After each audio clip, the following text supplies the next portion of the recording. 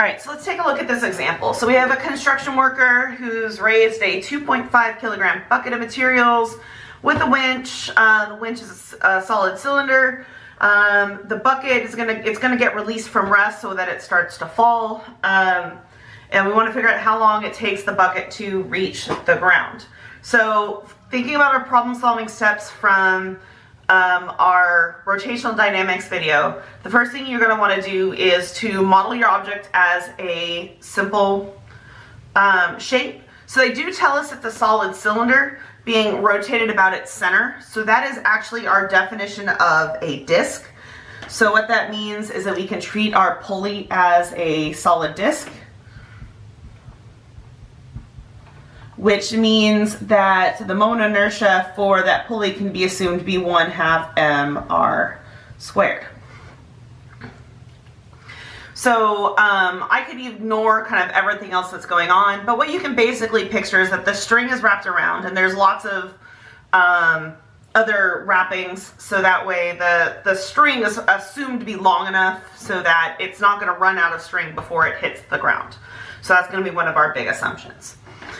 So then I usually go through and I like to list all of my materials, items and things like that I have, not materials, but all of the things that I would use to do to solve the problem.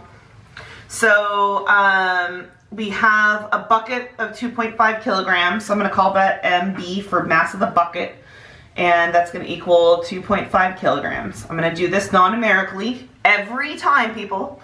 Second semester, you should be doing everything non-numerically. And then the winch itself has a 3 kilogram mass. So I'm going to call that one mass of the pulley. And that's going to be 3.0 kilograms. And our diameter of our pulley is 4 centimeters. So I'm going to call the radius here of the pulley, I'm going to call that one 2.0 centimeters. And then it does tell us that it's starting from rest. So it's going to have a speed of 0. And it starts off 4 meters above the ground. So y0 is going to be 4.0 meters. And I'm looking for the time that it is going to take for this bucket to fall. So anytime I think about time and I think about dynamics, I'm going to have to actually combine linear dynamics and time to get time with linear kinematics. So that's going to keep in mind. So I can use kinematics here. So what's the point of giving me all of this information about force?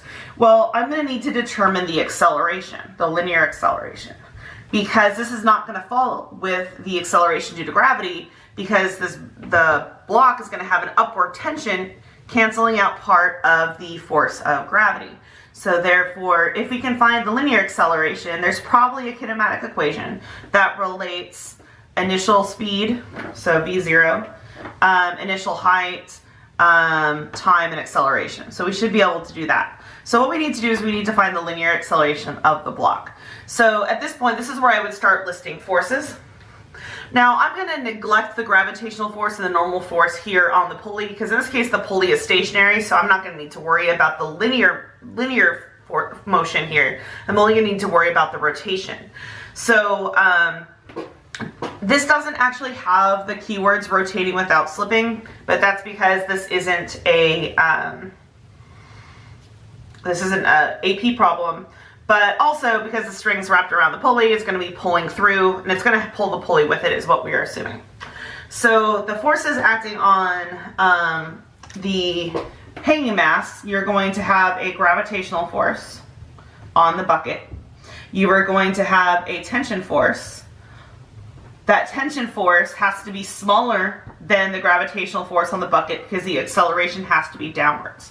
Now I'm going to assume that tension force is the same tension force up here acting on the pulley, and that tension force is acting at a radius of r at a 90-degree angle at the point where that string essentially first comes in contact or first loses contact, depending on your perspective.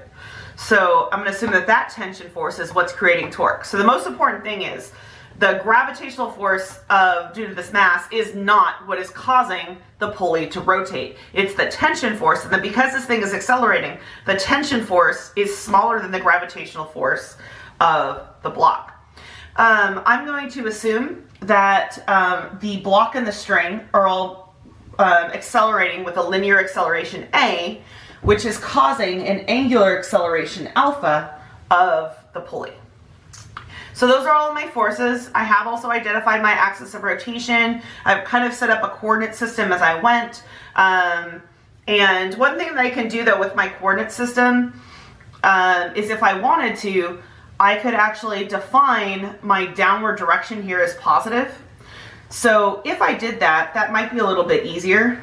So if I actually define y equals 0 to be up here, then I could, this is really just a height, then this would be a y equal to 4.0 meters here at the bottom.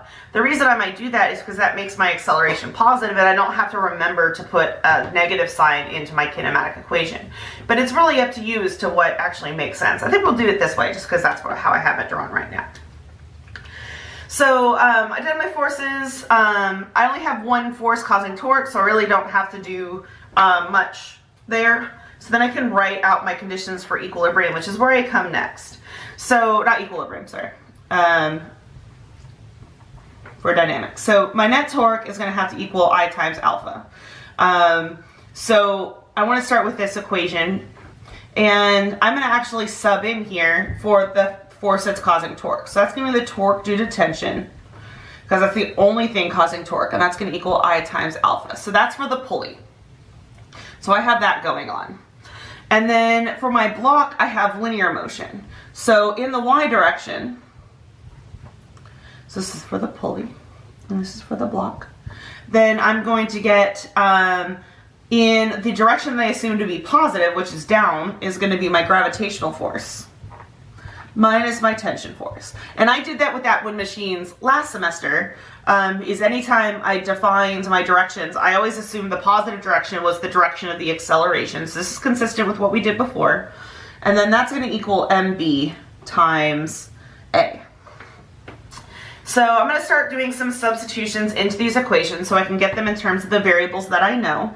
So in terms of my torque due to tension here, it's at a 90-degree angle, so that's just going to be my tension force times my radius r, and that's going to equal I alpha. I is going to be 1/2 mass of the pulley times r squared, and then alpha. Over here, my gravitational force is going to be m of the bucket times g minus my tension force, which is equal to mb times a. So right now, if I look at the number of unknowns that I have, and based on what I know r, I know the mass of my pulley. I know r over here. I don't know alpha, I don't know tension. I know mass of my bucket, I know g. I don't know tension. I know mass B here, I don't know A. So looking right here, I have A is an unknown, alpha is an unknown, and tension is unknown. So I have 3 unknowns, but I have only 2 equations. So I'm going to need a 3rd equation to be able to solve this. Well, there is one more equation that we haven't talked about, that we talked about when we were kind of setting up our theory for pulleys. And that is the big assumption that the linear acceleration of the string is actually equal to r times alpha. So this linear acceleration of the string is equal to the angular acceleration of the pulley, because this is the actually A. That's the A right here. That is at the rim. So this is A of the string, and that is going to equal essentially the A of the pulley rim. That's actually AT of the pulley rim.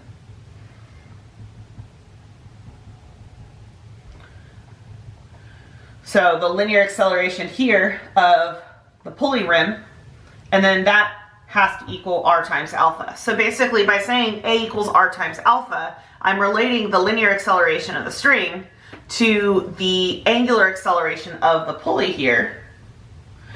And that's only because we're assuming that the linear acceleration of the string is equal to the linear acceleration of the pulley rim, so that tangential acceleration, which is equal to r times alpha.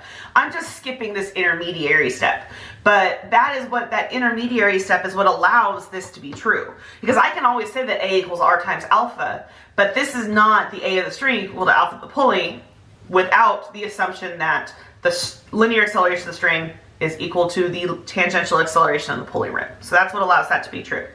But that does give me a third equation to work with. So what I'm going to do is, because I need to find the linear acceleration, is I'm going to use this equation to solve for alpha, and I'm going to then get this equation here in terms of linear acceleration.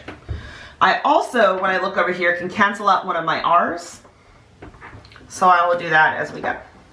So I get that Ft is equal to 1/2 mass of the pulley times r, and then alpha is going to be a divided by r.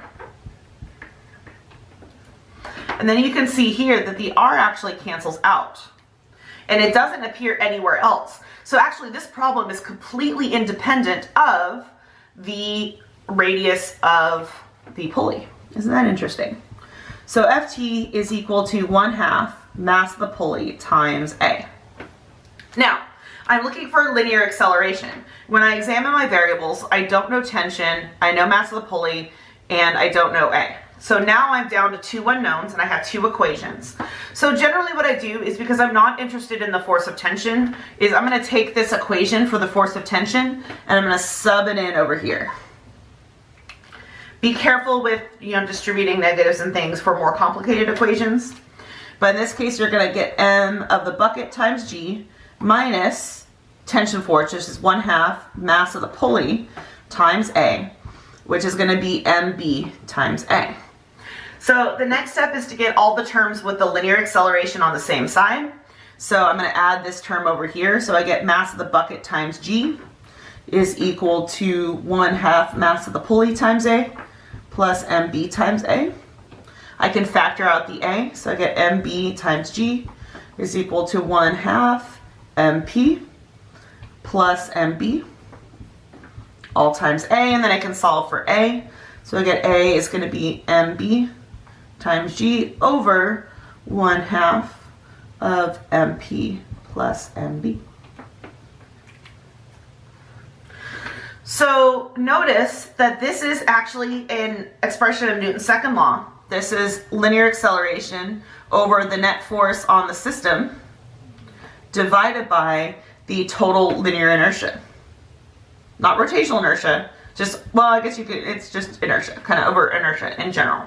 So you can see that the full mass of the pulley does not come into play because of the rotational aspect. So this 1/2 is because we had used a solid cylinder. If this pulley had been a hoop, that 1/2 wouldn't be there. That would just be because the coefficient for a pulley that would be a hoop would be mr squared. So you would have had an mr squared here. If this had been like a spherical pulley or a ring that's not hollow or any other different types of thing, this coefficient could change. The rest of this equation would have ended up the same. But if this was a different shaped pulley, you would have ended up only with a difference here in whatever this coefficient in front of the mass of the pulley is.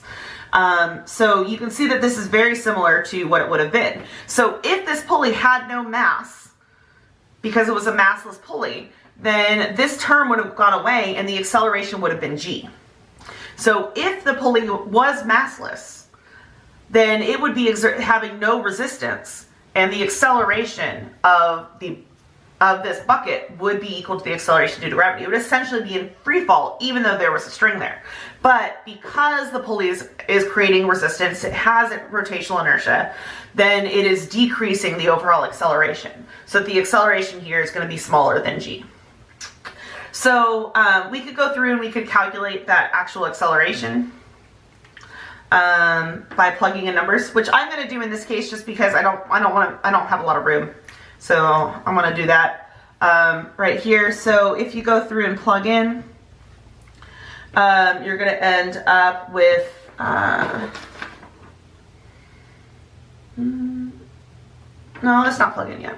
We can just erase. So we only want to do one calculation, a problem if at all possible. So let's keep that part right there. So we still need to figure out our linear kinematics. So this is just giving us the linear acceleration. So I'm going to use this equation, y equals y0 plus vy0t plus 1/2 AYT squared. So in this case, I'm assuming that y0 is equal to 0. I'm starting at rest, so vy0 is 0. So that means that my linear distance is going to equal 1/2 AYT squared. So that tells me that t is going to be 2y divided by ay square rooted. And then that ay is this expression right here. So if I wanted to write just one equation, I would get the square root of 2y over mbg over, make that a little bigger, 1/2 of mass of the pulley plus mb.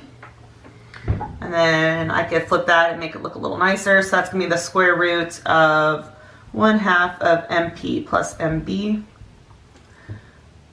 times the 2y over mbg.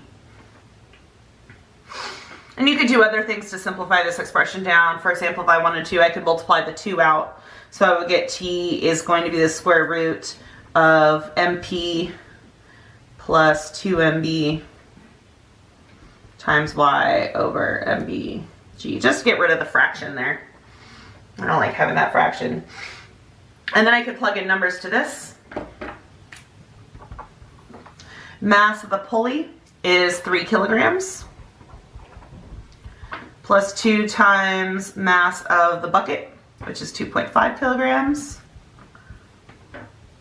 And that gets multiplied by y, which is 4.0 meters. All over mass of the bucket, which is 2.5 kilograms, times g, which is 9.8 meters per second squared. And when you calculate that all out, I get about 1.14 seconds.